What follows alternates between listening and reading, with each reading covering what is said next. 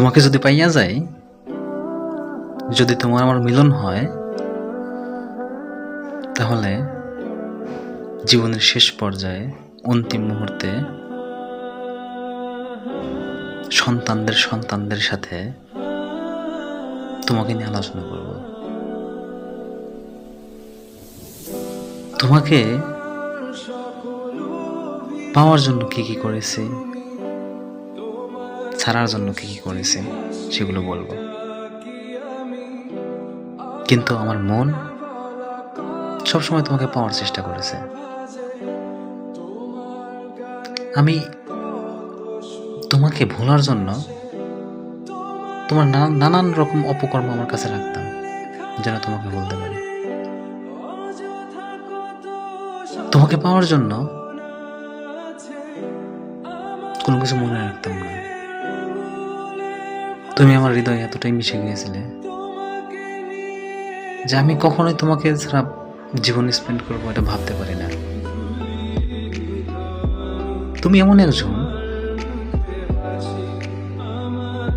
যার কাছে আমি নিজেকে ভেঙ্গে চুরে বলতে পারি।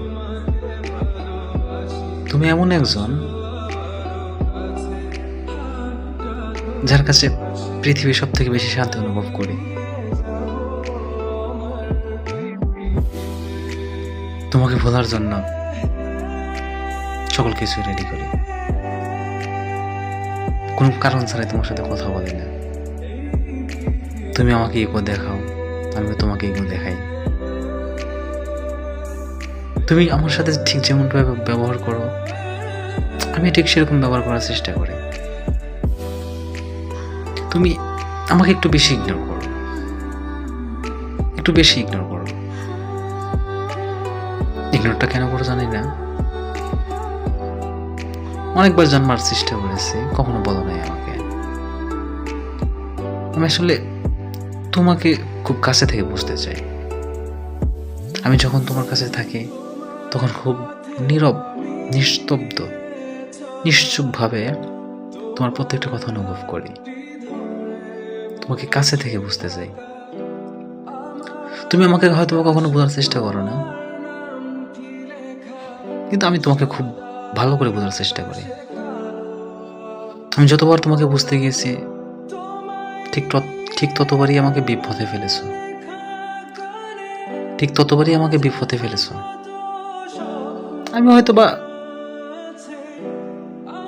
তোমাকে ওরকম টর্চার বা প্রেশার ক্রিয়েট করি না, কারণ আমি চাই তুমি সুন্দরভাবে লাইফ স্পেন্ড করো, সুন্দর থাকো, ভালো থাকো, সুস্থ থাকো।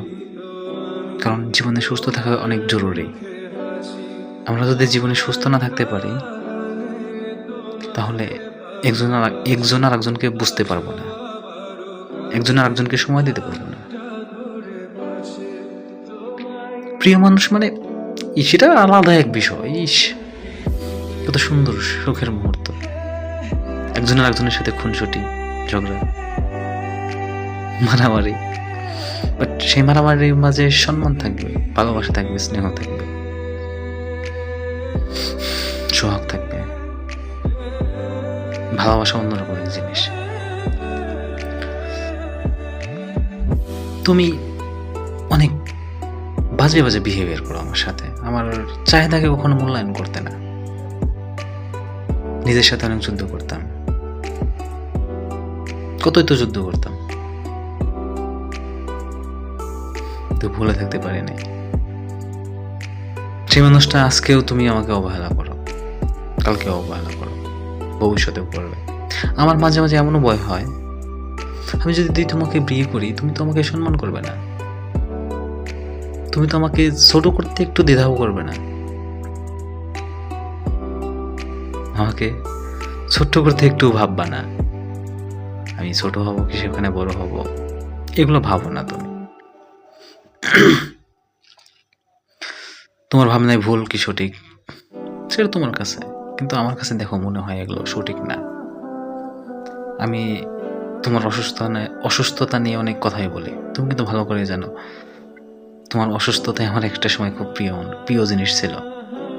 কারণ তুমি অসুস্থ ছিলে বলে তোমাকে ভালোবেসেছি।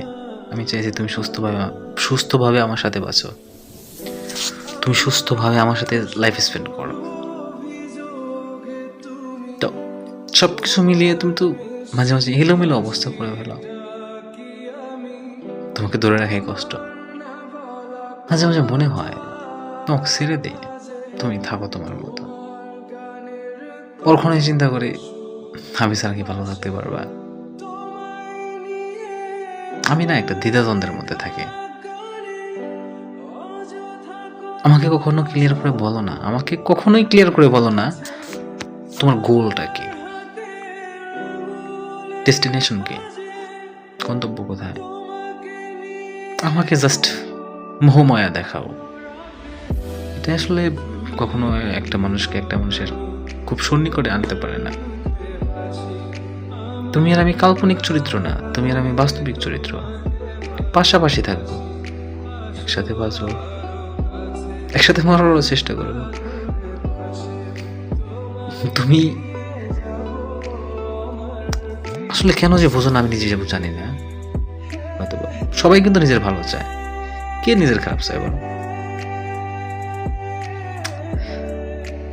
আমি দ্বিধাদ্বন্দ্বের মধ্যে থাকি আসলে তোমাকে কি বলা উচিত, কি করা উচিত আমার। তোমার ফ্যামিলিতে আমি সেটা শেয়ার করলাম, তারপর তুমি ভালো হলে না, আমাকে কখনো বোঝার চেষ্টাই করো না আমি এখানে কি করতে পারি, আর কি পথ অবলম্বন করলে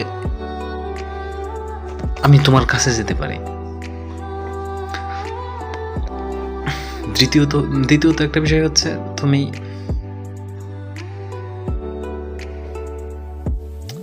মানে এটা বলাও ঠিক না, আবার না বলেও হয় না। সম্পর্কের ক্ষেত্রে তুমি কৃপণতা দেখাও, আসলে এটা ঠিক না কিন্তু। কারণ আমার লাইফে সংকট আসবে, তোমার লাইফে সংকট আসবে। দেখা যায় যে আমরা দেখা করার ক্ষেত্রে প্রসঙ্গে আমি 2বার কন্ট্রিবিউট করলাম, তুমি 1বার কন্ট্রিবিউট করলে। দুজনেই তো এখন তুমিও পড়াশোনা করতেছো, আমিও পড়াশোনা করতেছি। তো এক্ষেত্রে নিজেদেরকে নিজেদের গন্তব্যে পৌঁছাইতে হবে। আমরা চেষ্টা করলে কিন্তু সবই সম্ভব। নিজেরা কেন এগুলো করি না? এগুলো কেন করি না আমরা? আমরা করি না আমাদের স্বার্থ চিন্তা করে। আমি চিন্তা করি না, কিন্তু তুমি চিন্তা করো। আসলে ভালোবাসা কখনো স্বার্থ দিয়ে হয় না, আবার স্বার্থ ছাড়াও কখনো ভালোবাসা হয় না। তোমার আমার ক্ষেত্রে আমার স্বার্থপরতা কি আমার জানো? তুমি আমার একান্ত একটা সম্পদ, যেটা ব্যক্তিগত নিজেরই মনে হয়। আমি এক্সপ্রেশন দিয়ে বলতে পারতেছি না, কারণ হচ্ছে আমি খুবই অ্যামিউজড হয়ে যাই মাঝে মাঝে যে আমি তোমাকে এতটা বিশ্বাস করি, এতটা ভালোবাসি, তুমি আমার সাথে এরকম বিহেভিয়ারগুলো করো।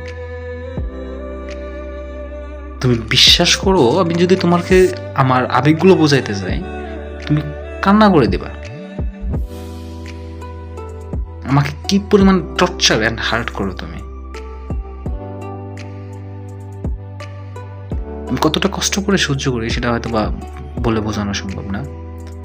আর এখন যে তোমাকে ওগুলো বলতেছি, মূলত আমি চাচ্ছিলাম আমি যদি তোমাকে বিয়ে করি, বিয়ের পর আমার সন্তানদের উদ্দেশ্যে আমি একটা ভিডিও বার্তা এখনই তৈরি করতে চাচ্ছিলাম, একটা স্মৃতি কথা রাখতে চাইছিলাম যে আমি ওই সময় আমি আমার এই সময় কি কি পরিস্থিতি ফেস করে তোমার সাথে যোগাযোগ রেখেছি, তুমি আমাকে কিরকম মেন্টালি টর্চার করেছো, আমি আমার কোনো কিছুতে মনোযোগ বসাতে পারি না, আর অনেক কিছু। আমি আমার মতো হতে পারতেছি না, তার কারণ হচ্ছে তুমি আমার মাইন্ডসেটটাকে নষ্ট করে দিছো। আমি তোমাকে কেমনে বোঝাবো বলো? একটা মানুষ যখন একটা মানুষের পাশে থাকে তখন তার প্রত্যেকটা কথার আবেগগুলো, অনুভূতিগুলো বা ভিতরের কষ্টগুলো বোঝার চেষ্টা করে। আমি তোমার সাথে ভিডিও বার্তায় কথা বলতেছি, এখানে আমি আমার আবেগ বোঝাবো কেমনে, বা আমার আবেগের স্পর্শ বা আমার আবেগের গন্ধ তুমি পাবে কিভাবে? তোমার আমার যে সম্পর্ক সেটা কিন্তু 8-10 জন প্রেমিক প্রেমিকার মতো না।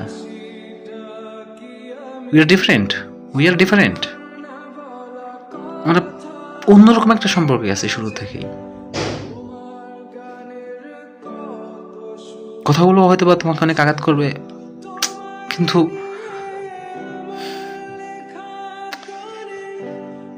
কিছু করার নেই, কিছু করার নেই। কিছু বলতে চাইলেও পারি না। আবেগের কাছে, সমাজের কাছে, তোমার কাছে, নিজের ব্যক্তিত্বের কাছে ধরা খেয়ে যায়। আর কিছু না বললাম, প্লিজ থাকো, ঘুমাও। আর সম্ভবত তুমি ভিডিওটা কালকে সকালে তো দেখবা না, কারণ হচ্ছে তুমি আমাকে ওরকম প্রাধান্য দাও না, আমাকে ওরকম প্রাধান্য তুমি দাও না। আমার এই ভিডিওটা তুমি সম্পূর্ণ দেখবে না কখনোই, আমি জানি। কিন্তু আমি তোমাকে অসম্পূর্ণ দেখতে চাই না কখনোই। আমি তোমাকে সম্পূর্ণ দেখি, ভিতর থেকে তোমাকে দেখি। আমার ভিতরেও আমি একজন আছে।